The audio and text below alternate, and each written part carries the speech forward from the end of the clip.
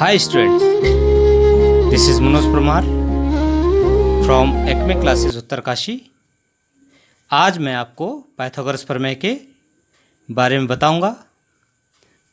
Pythagoras एक महान गणितज्ञ थे जिन्होंने समकोण त्रिभुज पर उनके भुजाओं के बीच संबंध को स्थापित करके सिद्ध किया था।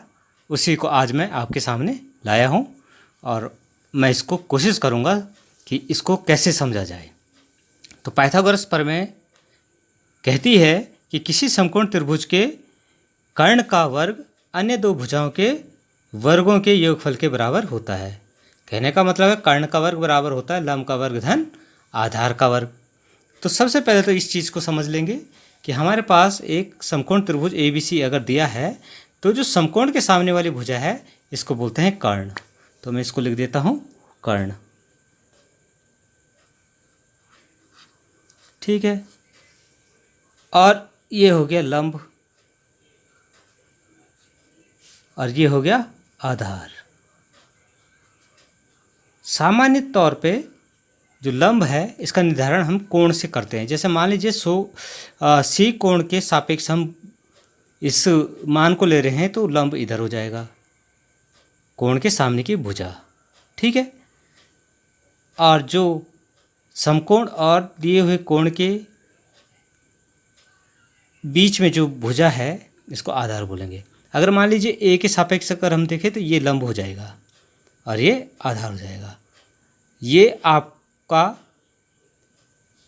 जिस हिसाब से प्रश्न पूछा जाएगा उस हिसाब से इसका निर्धारण करेंगे। तो अब हम इसको देखते हैं कि ये कह रहा है कर्ण का वर्ग बराबर लंब का वर्ग धन आधार का वर्ग। तो मैं 5 सेंटीमीटर का ये कर्ण ले लिया है, 4 सेंटीमीटर का लंब और 3 सेंटीमीटर का आधार ले लिया। और मैं इस प्रकार के इस पे रेखाएं खींच लेता हूँ जो 1-1 सेंटीमीटर की हों, कर्ण पे भी लंब पे भी आधार के पे। देखिए 1 2 3 3 सेंटीमीटर, 1 2 3 4 4 सेंटीमीटर और 1 2 3 4 5 5 सेंटीमीटर। तो इन 5-5 सेंटीमीटर, देखिए 5 सेंटीमीटर अगर ये कर्ण है तो 5 सेंटीमीटर मैं इसको लंबा और चौड़ा बना के लिख दूँ। अब देखिए मैंने इस तरह की पीस पहले से काट दिए हैं ताकि समय की बचत हो। ये देखिए 5 सेंटीमीटर आपके पास ये आ गया है कर्ण, देख रहे हैं आप। ठीक है, 4 सेंटीमीटर आपके पास लंब आ गया है।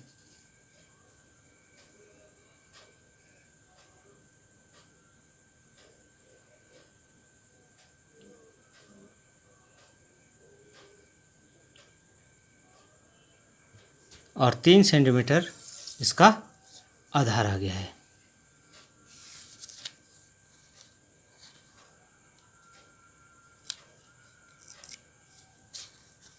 ये 3 सेंटीमीटर आधार हमने इसका ले लिया है। अब इसको देखिए कर्ण पे कितने वर्ग बने हैं इसको काउंट कर देते हैं। 1 2 3 4 5 5 10 15 20 25। तो कर्ण पर बने वर्ग,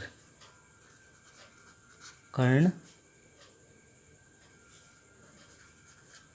भुजा कर्ण पर बने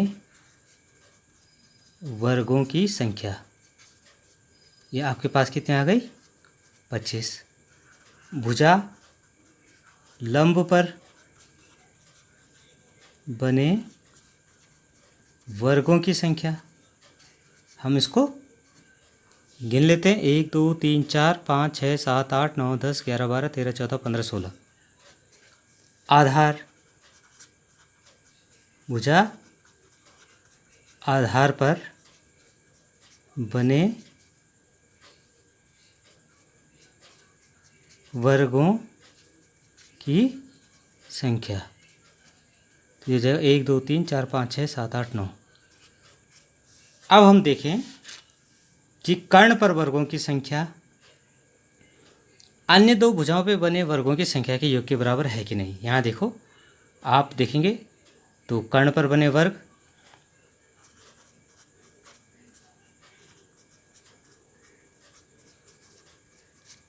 वर्ग बराबर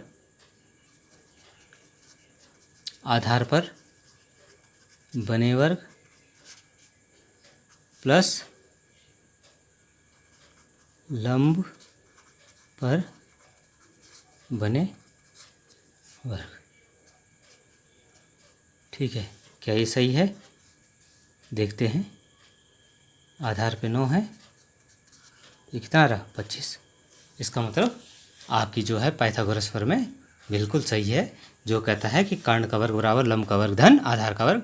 इसको हम दूसरी भाषा में इस प्रकार से भी कह सकते हैं, कर्ण पर बने वर्गों का योग बराबर लंब पे बने वर्गों का योग प्लस आधार पे बने वर्गों के योग के बराबर होता है। और इस थ्योरम को हम इस प्रकार से सिद्ध कर सकते हैं। Thank you very much.